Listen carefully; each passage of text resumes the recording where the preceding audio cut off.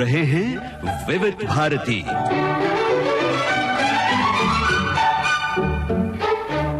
आज के नाट्य तरंग में हम आपको सुनवा रहे हैं भगवती चरण वर्मा की मूल कृति चित्रलेखा के रेडियो नाट्य रूपांतर का दूसरा और अंतिम भाग। रेडियो नाट्य रूपांतरकार हैं इंद्र जोशी। ध्यान से सुनो चाणक्य, ये संसद धर्म की प्रतीक है और इसका ये पवित्र प्रांगण राज कर्तव्य का बोध स्थल, न कि ऐसी नर्तकियों, ऐसी स्वच्छंद नारियों के अशोभनीय नृत्य का कोई विलास मंच। दुहाई है राजन, भरी सभा में नारी का ये अपमान, बार बार इस नर्तकी का अपमान जो इस सभा में आपके विशेष अनुरोध पर आमंत्रित है। और राजन, मुझे दुख इस बात का है कि ये अपमान कर रहा है संसार के कर्म क्षेत्र से मुंह मोड़कर भागा हुआ एक पलायनवादी योगी। श्रेष्ठ नर्तकी, क्या तुम जानती हो तुम किससे बात कर रही हो? हाँ, उस पुरुष से जिसे राज्यसभा की मर्यादा के अंतर्गत मुझे नर्तकी नहीं, देवी चित्रलेखा संबोधित करना चाहिए। ओह, क्या तुम देवी का अर्थ जानती हो नर्तकी? क्या तुम नारी का अर्थ जानते हो योगी? एक अबोध आत्मा मुझसे पूछ रही है नारी का अर्थ।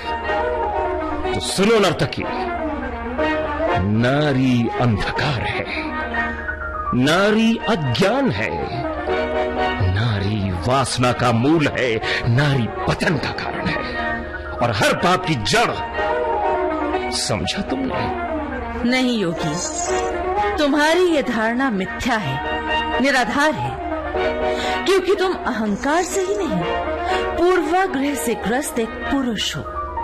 नारी के संबंध में तुम्हारा ज्ञान अधूरा है। मेरे ज्ञान को अधूरा कहने का तुम्हारा ये दुस्साहस। धैर्य से सुनो योगी, जो तुम नहीं जानते इस नर्तकी से सुनो।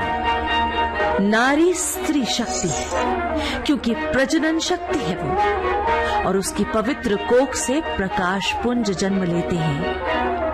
वो सर्वोत्तम ज्ञान की जननी है नर्तकी। और ये सुनो योगी, नारी अंधकार है तो उसके अंधकार का, अज्ञान का कारण है अंधकारग्रस्त पुरुष।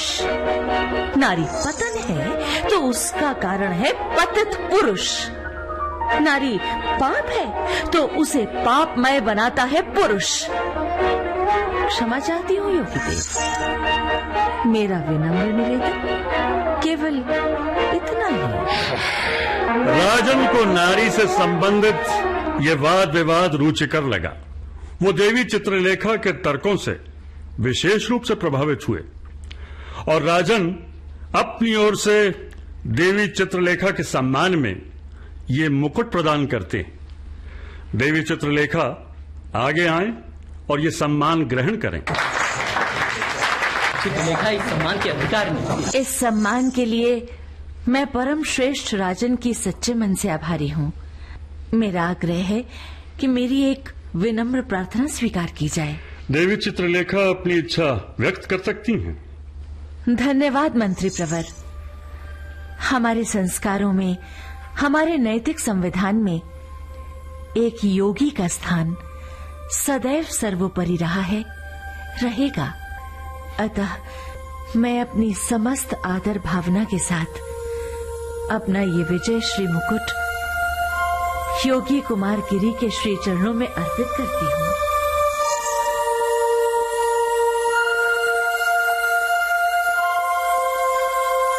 स्वामी कृपया मुझे बताएं ऐसा क्यों हुआ? वाद विवाद में देवी चित्रलेखा विजयी हुई, फिर उन्होंने नतमस्तक होकर अपनी विजय योगी के चरणों में क्यों रख दी? संभवतः इसलिए श्वेतांक, क्योंकि चित्रलेखा विजयी होकर भी योगी को इस तरह पराजित होते नहीं देखना चाहती थी, क्योंकि वो एक नारी भी है। मैं कुछ समझा नहीं स्वामी। क्योंकि अभी तुम नारी मन को समझते नहीं हो। अब ऐसा भी हो सकता है आज के बाद चित्रलेखा मेरे लिए संभवतः वो चित्रलेखा ही न रहे। क्या? स्वामी, देवी चित्रलेखा का संदेश है, वो आज आ नहीं पाएंगी। उनका ये पत्र आपके लिए।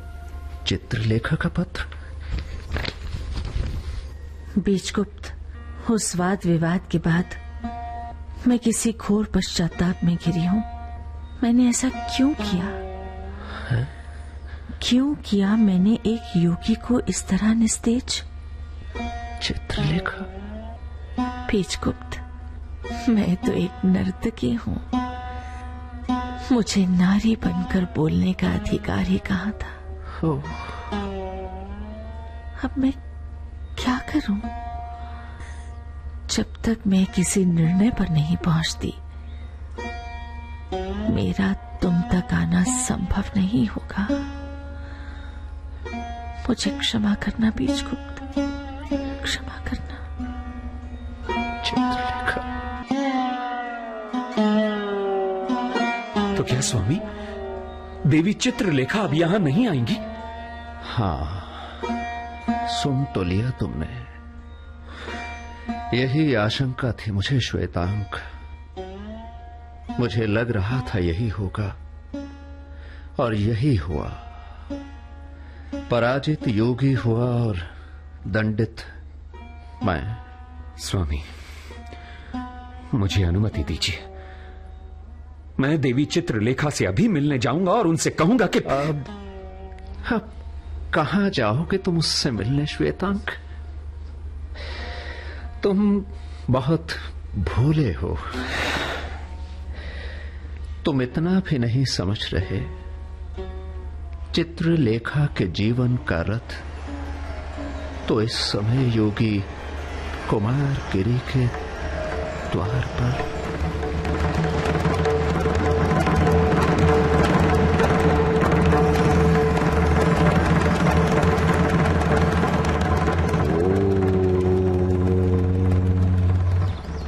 असतो मा सद्गमय तमसो मा ज्योतिर्गमय।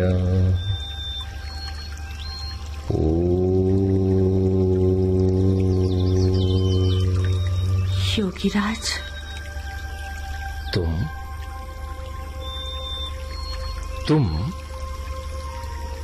यहां? योगीराज, मैं एक प्रार्थना लेकर आई हूं तुम्हारे द्वार। कोई प्रार्थना लेकर? या एक बार फिर इस योगी का उपहास करने? तिरस्कार का कोई अंश रह गया हो तो उसे चुकाने? योगीराज, मैं जानती थी मैं यहां आऊंगी तो मुझे तुम्हारा हर कटाक्ष सहना पड़ेगा। मैं सहूंगी। तुम्हारा हर क्रोध मुझे झेलना होगा। मैं झेलूंगी।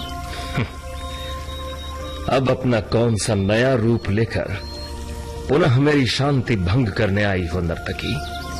योगी, मैं तुम्हारी शांति भंग करने नहीं आई। मैं तो अपने मन की शांति के लिए एक याचना बनकर आई हूं। तुम्हारे जैसी यौवन उन्मादी नारी के लिए शांति का कोई उपाय नहीं है मेरे पास। जाओ यहां से। योगी, मैं जाने के लिए नहीं आई। क्या कहा तुमने? शांत चित्त होकर मुझे सुनो योगी। मैं यहां तुमसे दीक्षा लेने आई हूं। तुम्हारे हाथों दीक्षित होने आई हूं। ये क्या कह रही हो तुम? क्या तुम जानती हो किसी योगी के हाथों दीक्षित होने का अर्थ क्या होता है? हाँ योगी, जानती हूं मैं। ये अर्थ समझकर ही यहां आई हूं। बोलो तो कि मुझे अपनी दीक्षा का ज्ञान, एक अधम नर्तकी को पुण्य का नया जीवन दान। बोलो योगी, बोलो। इस संबंध में कोई निर्णय लेने से पहले मैं जानना चाहता हूं, क्यों ले रही हो तुम ये कठोर निर्णय? क्यों चलना चाहती हो तुम इस कंटक पथ पर? योगी इसका कारण जानना चाहता है। इसका कारण मैं स्वयं हूं। मेरा ये जीवन है योगी, एक नर्तकी का जीवन। परंतु इस जीवन में क्या नहीं है तुम्हारे पास नर्तकी? सब कुछ तो है, सुख, सम्मान, वैभव, ऐश्वर्य। नहीं है तो मेरे पास शांति का एक पल। कहीं नहीं मिली मुझे स्थिरता, मुझे मिली तो बस निरंतर एक भटकन। कभी जीवन के इस तट पर, कभी उस तट पर। मैं तुम्हारे मन की व्यथा समझ रहा हूं नर्तकी। कोई भी निर्णय लेने से पहले एक बार फिर सोचो। योगी, मैं तुम्हारे पांव पड़ती हूँ, मुझे निराश मत करना। मैं अपने इस अभिशप्त जीवन में भटकती हुई बहुत दूर से नंगे पांव चलकर आई हूँ तुम्हारी शरण में। मैं अब हर शाप से मुक्त होना चाहती हूँ। मुझे इस शाप से मुक्ति का कोई मंत्र दान दो। मुझे शांति के लिए कोई वरदान दो योगी। मैं बहुत दूर से आई हूँ, मुझे निराश मत करना। उठो ऐश्वर्य। नहीं है तो मेरे पास शांति का एक पल। कहीं नहीं मिली मुझे स्थिरता, मुझे मिली तो बस निरंतर एक भटकन। कभी जीवन के इस तट पर, कभी उस तट पर। मैं तुम्हारे मन की व्यथा समझ रहा हूं नर्तकी। कोई भी निर्णय लेने से पहले एक बार फिर सोचो। योगी, मैं तुम्हारे पांव पड़ती हूँ, मुझे निराश मत करना। मैं अपने इस अभिशप्त जीवन में भटकती हुई बहुत दूर से नंगे पांव चलकर आई हूँ तुम्हारी शरण में। मैं अब हर शाप से मुक्त होना चाहती हूँ। मुझे इस शाप से मुक्ति का कोई मंत्र दान दो। मुझे शांति के लिए कोई वरदान दो योगी। मैं बहुत दूर से आई हूँ, मुझे निराश मत करना।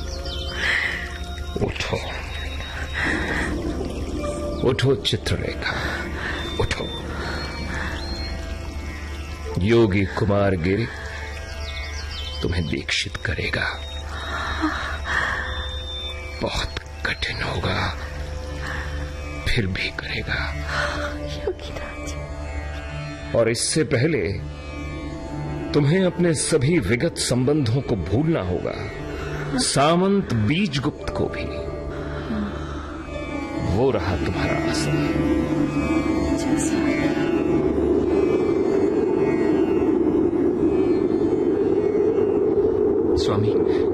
स्वामी, सुना आपने भी जो मैंने सुना? देवी चित्रलेखा योगी कुमार गिरी से दीक्षा लेंगी और अब वो उन्हीं के आश्रम में भी रहेंगी। स्वामी, आप अभी तक चुप क्यों हैं? कुछ कहिए ना। अब क्या कहूं मैं श्वेतांग, अब कहने को कुछ बचा ही नहीं। स्वामी जानते हैं, उस योगी ने चित्रलेखा से यह भी कहा कि इस साधना में उसे अपने सभी संबंध भूलने होंगे, सामंत बीजगुप्त को भी भूलना होगा। एक सन्यासिन के जीवन में विगत संबंधों का क्या स्थान? पर स्वामी, क्या देवी चित्रलेखा आपको भूल पाएंगी? और क्या आप उन्हें भूल सकेंगे स्वामी? नहीं, मेरे लिए चित्रलेखा को भूल पाना असंभव होगा। कहां नहीं बसी हुई वो मेरे मन के भीतर, मेरे प्राण के किस सांस में नहीं रची हुई वो। बोलो श्वेतांग, मैं कैसे भूल पाऊंगा उसे? स्वामी, नहीं भूल पाऊंगा मैं, नहीं भूल पाऊंगा मैं। धैर्य धारण करें स्वामी, धैर्य धारण करें। स्वामी, मैं आपको बताना भूल गया था, आपको अभी महर्षि मृत्युंजय के यहां जाना होगा। उन्होंने आपको आमंत्रित किया है। महर्षि मृत्युंजय,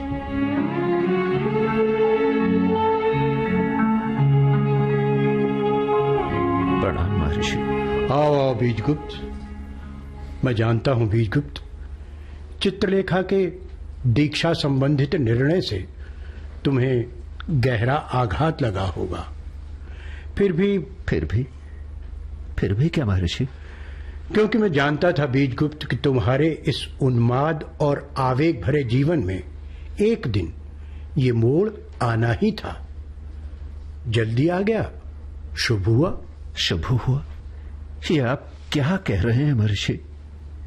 सब कुछ जानते हुए भी? हाँ, शुभ ही होगा, तुम्हारे वर्तमान के लिए, तुम्हारे भविष्य के लिए। और चित्रलेखा के भविष्य के लिए महर्षि? तुम्हारे भविष्य को सामने रखते हुए उसने अपने भविष्य के लिए सोचा ही कहां बीजगुप्त। उसने तो योगी कुमार गिरी की यज्ञशाला में जाकर पहली आहुति तो अपने भविष्य की ही दी, तुम्हारे निमित्त। मेरे निमित्त? जब चित्रलेखा ने मुझसे मेरा वर्तमान ही छीन लिया तो फिर मेरा भविष्य कैसा महर्षि? आपको चित्रलेखा का यह निर्णय समझने में कहीं भ्रांति हो रही है महर्षि? कहीं भ्रांति नहीं हुई है मुझे। योगी कुमार गिरी के आश्रम में जाने से पहले वो ये पत्र छोड़ गई थी मेरे लिए। ये पत्र ही उसकी पवित्र आत्मा का सच है। सुनो वो सच। महर्षि, आप मेरे लिए सदैव पिता तुल्य रहे हैं। मैंने दीक्षित होने का निर्णय क्यों लिया, इस सत्य को जानने का अधिकार है आपको। आप मेरे इस सत्य के साक्षी भी रहेंगे। मैं सत्य कह रही हूं महर्षि। बीजगुप्त के बिना जीना मेरे लिए उतना ही असंभव होगा जितना बिना सांसों के जी पाना। किंतु इससे भी बड़ा एक कठोर सत्य और भी है, और वो सत्य है कि बीजगुप्त के बाहुपार से मुक्त होते ही मेरी आत्मा मुझे निरंतर कचोटती हुई बस ये एक प्रश्न करने लगती है। बोल चित्रलेखा, क्या तू इस जीवन में कभी इस समाज के सामने विधिवत रूप में विवाह मंडप में बैठकर बीजगुप्त की पत्नी बनने का गर्व प्राप्त कर सकती है? कुछ बोलती क्यों नहीं चित्रलेखा? नहीं नहीं महर्षि, मेरे इस जीवन में ये तो संभव ही नहीं। मैं तो एक अधम समाजच्युत अभिशप्त नर्तकी हूं। फिर मैं क्यों एक काली छाया बनकर मंडराऊं बीजगुप्त के उज्जवल भविष्य पर?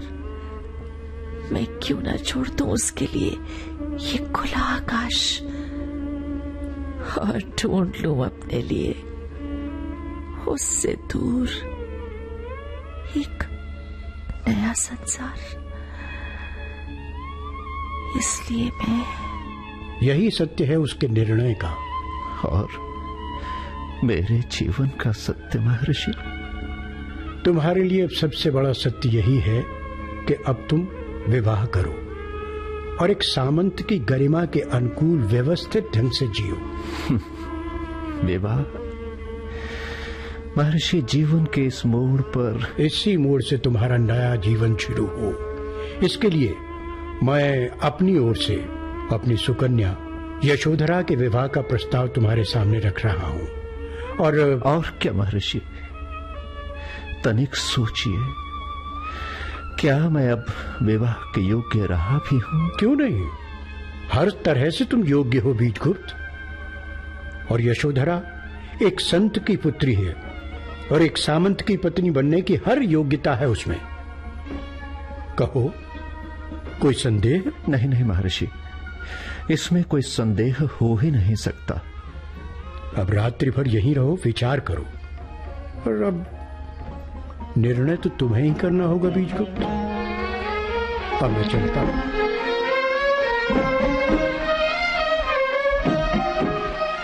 हाँ, निर्णय तो मुझे ही लेना होगा। चित्रलेखा अपना निर्णय ले सकती है तो मुझे भी अपना निर्णय लेने का अधिकार है। फिर यशोधरा में कमी भी क्या है? रूप, सौंदर्य, शील, संस्कार सब कुछ तो है उसमें। मैं उसमें चित्रलेखा खोजूं ही क्यों? मुझे महर्षि का प्रस्ताव स्वीकार है।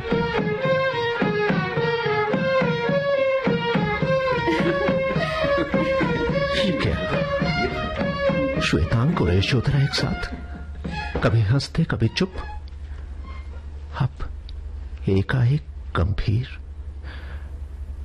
मैं भी तो सुनूं। श्वेतांक, तुम स्वामी भक्त सेवक हो और इसलिए मेरे भी शुभ चिंतक हो ना। चलो अभी इतना ही मान लो कि मैं तुम्हारा शुभ चिंतक हूं। फिर मेरे महर्षि पिता ने बीजगुप्त से मेरे विवाह का प्रस्ताव रखा है। सच सच कहो, क्या मैं बीजगुप्त के जीवन में चित्रलेखा का स्थान ले सकूंगी? देखो यशोधरा, मैं जो कहूंगा सच ही कहूंगा। मेरे स्वामी तुम्हें सब कुछ दे सकते हैं, अपार सुख, हर संभव सुविधा, हर संभव सम्मान, किंतु चित्रलेखा का वो स्थान संभवतः नहीं, किसी को भी नहीं। यदि तुम्हारे स्वामी मुझे वो स्थान ही नहीं दे पाए तो मैं शेष सब लेकर क्या करूंगी श्वेतांक? और वो स्थान मैं तुम्हें दे सकता हूं यशोधरा। हाँ? मैं तुम्हें मन से चाहता हूं यशोधरा। यदि इसे ही प्रेम कहते हैं तो मैं तुमसे प्रेम करता हूं। मैं तुम्हें पाना चाहता हूं, तुम्हें अपनाना चाहता हूं यशोधरा। क्या सच में श्वेतांक? पर इसके लिए तो तुम्हें अपने स्वामी से अनुमति लेनी होगी और मेरे पिता से आशीर्वाद। बोलो, लोगे ना? अब और क्या सुनो? ये कैसी नियति है मेरी, कैसी नियति है मेरी। जिसे भी चाहता हूं वो मेरे देखते ही देखते किसी और का हो जाता है।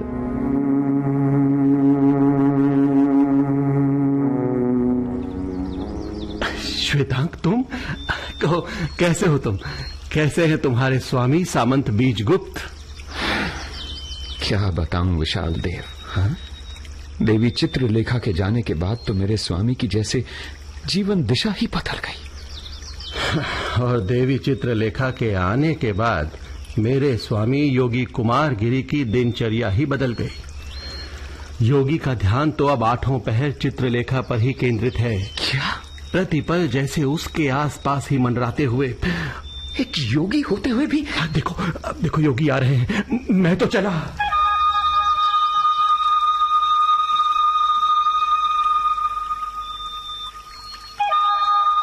मैं तो विरक्ति को ही अपना संबल मानकर साधना के इस कंटक पथ पर निकला था।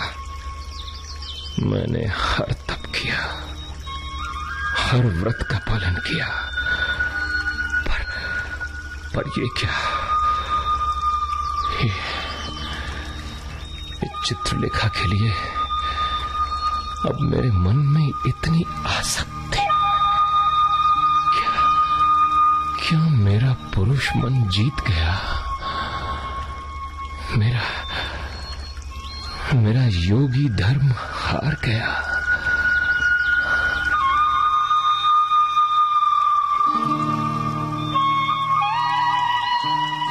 मैं योगी के आश्रम में आकर भी अपने मन को कहाँ स्थिर कर पाई। इतना समय बीत जाने पर भी क्या मैं बीजगुप्त को एक पल के लिए भी भूल पाई? नहीं। और इन दिनों योगी के आचार व्यवहार में इतना परिवर्तन, मैं तो उसे देखते ही किसी अनिष्ट की आशंका में डूब जाती हूँ। रात्रि होते ही एक अज्ञात भय से कांपने लगती हूँ। योगी, तुम इस समय यहाँ मेरी साधना स्थली में? हाँ चित्रलेखा, यही समझो, अब रहा नहीं जाता। एक चुंबक की तरह मुझे यहां खींच लाती हो तुम,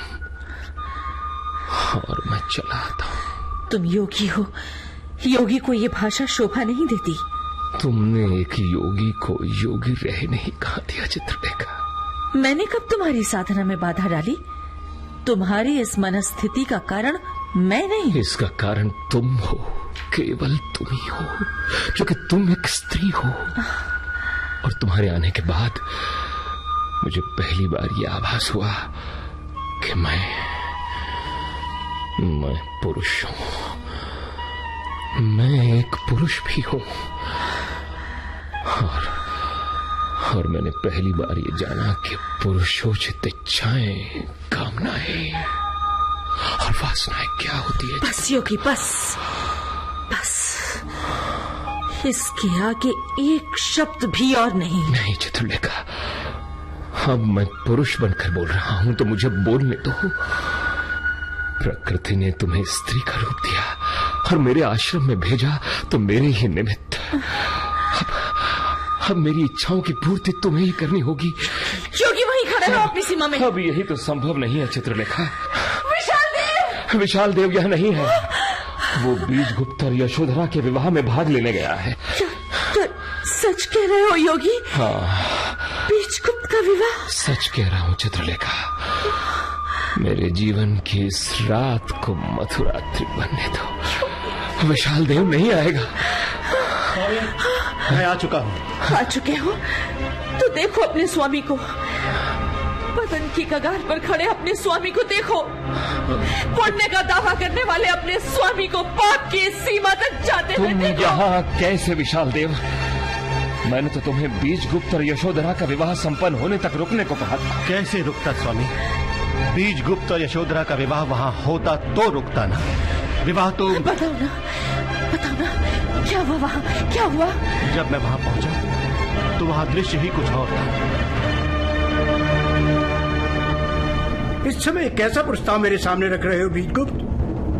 मेरी पुत्री का विवाह एक सामंत से तो संभव हो सकता है, उसके सेवक श्वेतांक से नहीं। कैसे संभव हो सकता है ये विवाह तुम्हारे एक सेवक के साथ, जिसके पास किसी प्रतिष्ठित कुल का नाम नहीं, परिवार का कोई स्तर नहीं, समाज में कोई पद नहीं? नहीं नहीं नहीं, मुझे स्वीकार नहीं है तुम्हारा ये प्रस्ताव। फिर क्या हुआ विशाल देव? फिर क्या हुआ आप जानना चाहते हैं? हाँ। तो सुनिए स्वामी, सामंत बीजगुप्त ने उसी क्षण सबके सामने श्वेतांक को अपना दत्तक पुत्र घोषित कर दिया और वहीं राज आज्ञा से उसे अपना सामंत पद भी प्रदान कर दिया।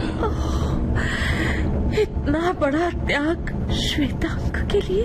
हाँ देवी चित्रलेखा, क्योंकि आर्य बीजगुप्त जान चुके थे कि श्वेतांग और यशोधरा एक दूसरे को पवित्र मन से चाहते हैं। और इसलिए भी देवी चित्रलेखा, क्योंकि वो जानते थे कि उनके मन में जो स्थान चित्रलेखा के लिए है वो किसी और को नहीं दे सकते। और अब वो वहां से जा रहे हैं, सब कुछ त्याग कर, सदा सदा के लिए। अभी तो वो वहां है ना? अभी तो वो वहां है ना? अब देवी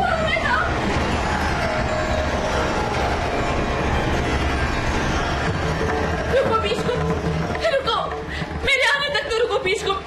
जाने से पहले मुझे सुनते तो जाओ बीजगुप्त। सुनो बीजगुप्त, ना तो मैं नर्तकी रही, ना मैं साध्वी बन सकी। बीजगुप्त, मैं तो बस एक आधी अधूरी नारी रही। रुक जाओ बीजगुप्त, रुक जाओ। तनिक मुड़कर देखो बीजगुप्त, तनिक मुड़कर देखो। ओह चित्रलेखा, बहुत देर कर दी तुमने। अब तो तुम्हें देने के लिए मेरे पास कुछ भी तो नहीं चित्रलेखा। नहीं बीजगुप्त, कुछ भी। मैं तो अब तुमसे तुम्हारे मन का वो स्थान मांगने भी नहीं आई जो सदा मेरा रहा। मैं तो तुम्हारे साथ साथ चलने का अधिकार भी खो बैठी, फिर भी बीच रहे हैं विविध भारती।